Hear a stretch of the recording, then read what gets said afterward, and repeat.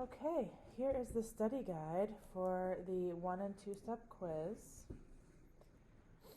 So we have inverse operations on both sides. Here we start with x minus 10, so we add 10 to both sides, and that leaves us with x alone on this side. Negative 5 plus 10 is positive 5.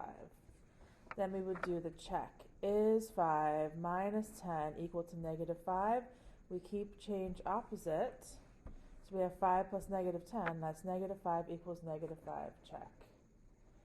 Here's negative 6 times y, and that equals negative 18. So the inverse is to divide both sides by negative 6. Both sides. That undoes it and leaves us with y alone. Negative 18 divided by negative 6 is positive 3. Then we have our check over here, so we substitute it in, 3 in for y, and then actually do it. Negative times positive is negative. 6 times 3 is 18. Here we have x divided by 5 equals 32. So we multiply both sides by 5. That's the inverse of dividing by 5. 32 times 5 is 160. So x equals 160, and we circle it. Then we substitute back in. Is 160 divided by 5 equal to 32? And it's a good idea to use your calculator on your checks just to make sure, just to double check, triple check. So 32 equals 32, check. Here's what's happening to the w is 19 is being added to it. So we subtract that 19 from both sides. Now we can get w alone, because 19 minus 19 is 0, so nothing's added to the w now, so it's by itself. So negative 11 minus 19 is also negative 11 plus negative 19, which is negative 30. Plug it back in. And to use the calculator for this, you can either do 19 plus negative 30 if you know how to do that, but you can also just realize that the answer is going to be negative, since negative 30 has a bigger absolute value, so that will win. And then we can do 30 minus 19 just to make sure, just to double check, especially if we're taking a quiz and we need to double check our brain. Might have a little brain fart here or there. We get negative 11. Okay, here is our good old fraction. We have 5 6 times x. So the inverse of that is to divide by 5 6. We divide both sides by 5 6. I'm looking for some space. Maybe I'll even turn my paper to the side so I can figure that out. The 5 6 divided by 5 6 on the x is going to cancel, but then we have 35 divided by 5 6. I write it vertically so I can make that fraction change, and flip. So now that's how I go from fraction division to fraction multiplication. 35 and 5 are both divisible by 5. So I divide out the 5. I have 7 over 1 now times 6 over 1, and that will equal 42.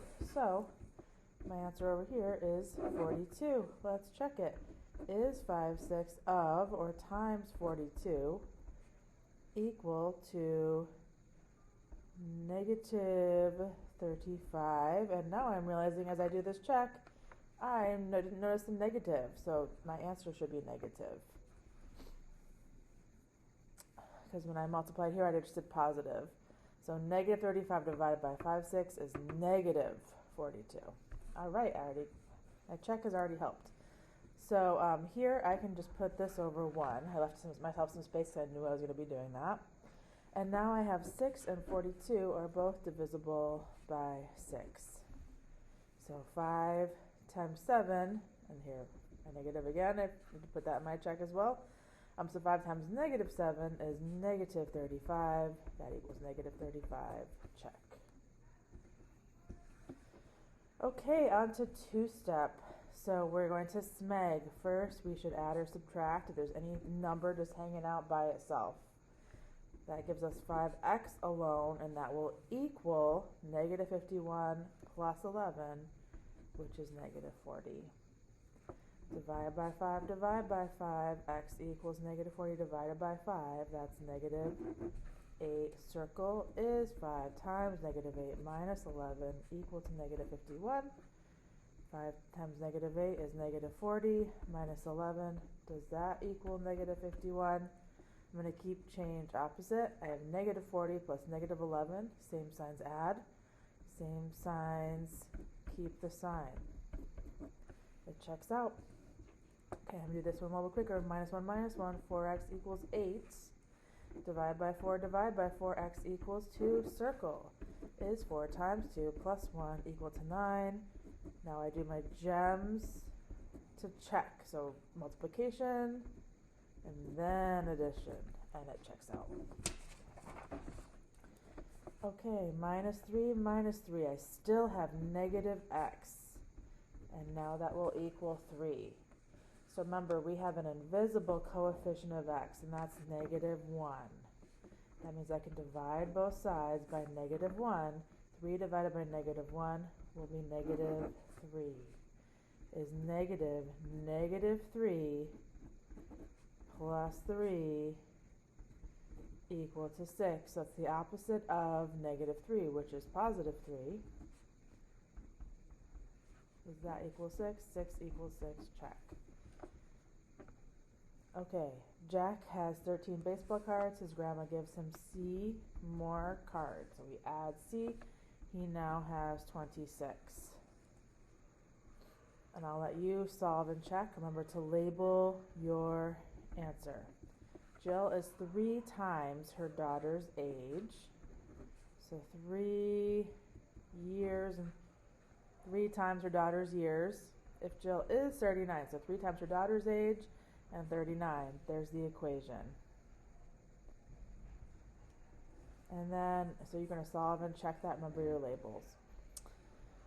So a family of 3 adults and 4 children go to the movies. There's $10 for each adult ticket and C dollars for each child ticket, 62 total. I really like often when I see that total, I'm going to set that on one side. And then 3 adult tickets is 3 times 10, because those are the adult tickets. Plus 4, and we don't know the children's tickets, so it's plus 4C. Now, I'm going to simplify this when I solve it. So 30 plus 4C equals 62. Minus 30 minus 30. 4C equals 32. Divide by 4, divide by 4. C equals 8, circle. Does this make sense that children's tickets would be $8, adults are 10? Probably. We expect it to be a little bit less, maybe a lot less. And that's less than 10.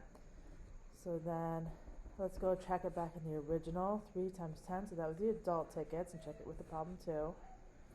Plus 4 times 8 for kids tickets, does that equal 62? 3 times 10 is 30, 4 times 8 is 32, and yes, that will equal 62. So how much does each child ticket cost? $8.